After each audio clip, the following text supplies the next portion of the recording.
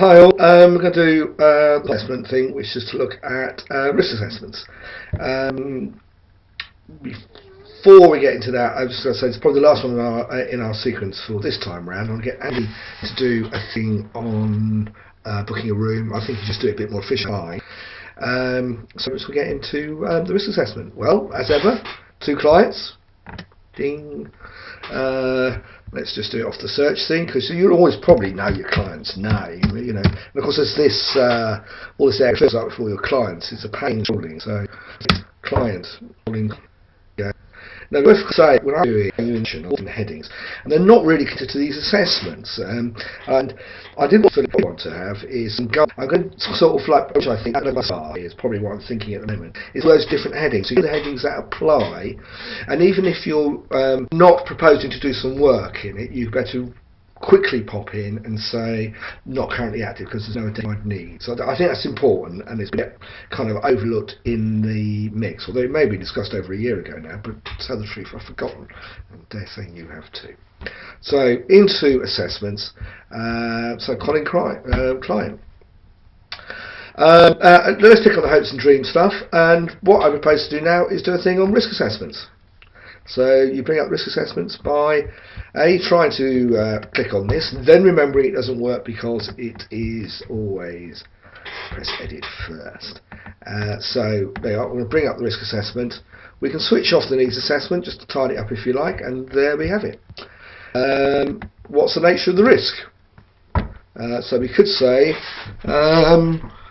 Colin can become discouraged and feel like giving up.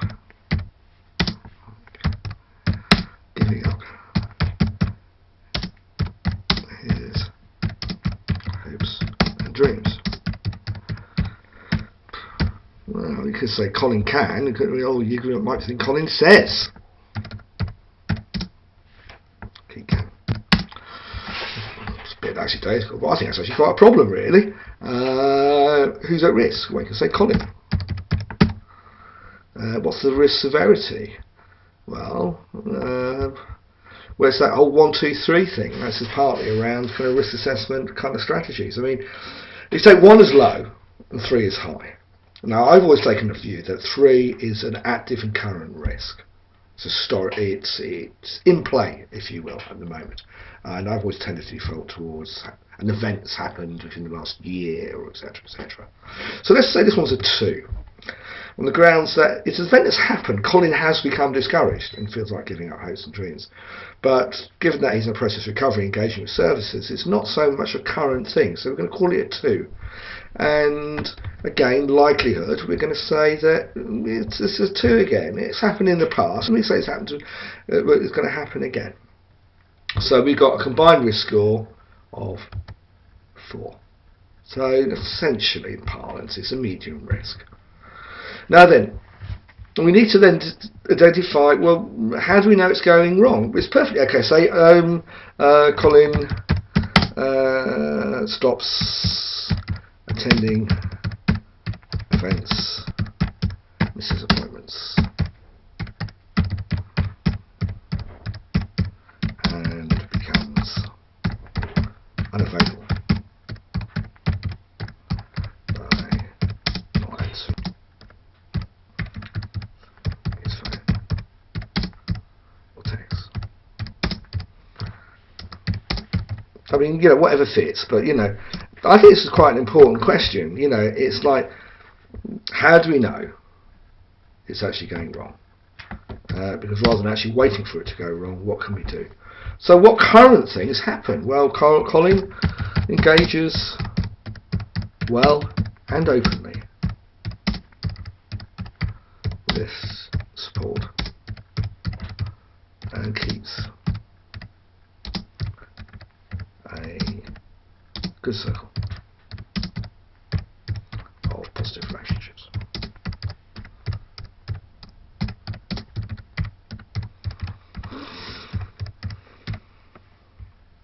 What additional actions can we actually do? Well, we can make it a monthly topic for discussion.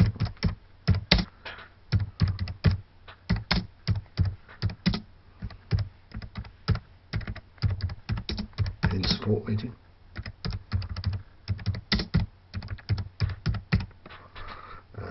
Well, so leave it at that. And do we accept the risk? Yes, there's still a low risk, still some risk, shall we say, of yes, but it is to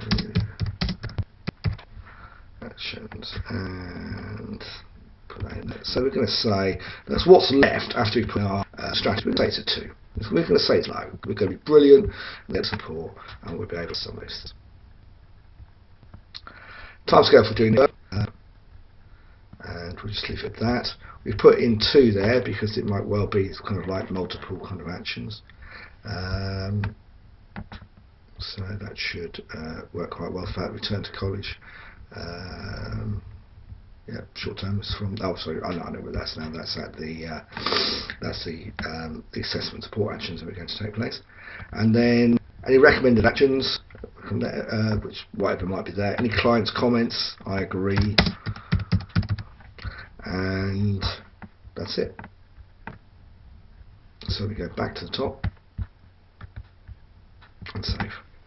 Now they're pretty straightforward. It's kind of easier to do, honest, if I think that that when you've got a real life client. I mean, trying to actually do something off the cuff, it can be quite difficult. So this is why I'm going to set your task, which is to take a current client and fill in an assessment of one aspect of their support and one aspect of their risk, and to complete those details online. So have fun with that, and I look forward to seeing you shortly. Bye bye.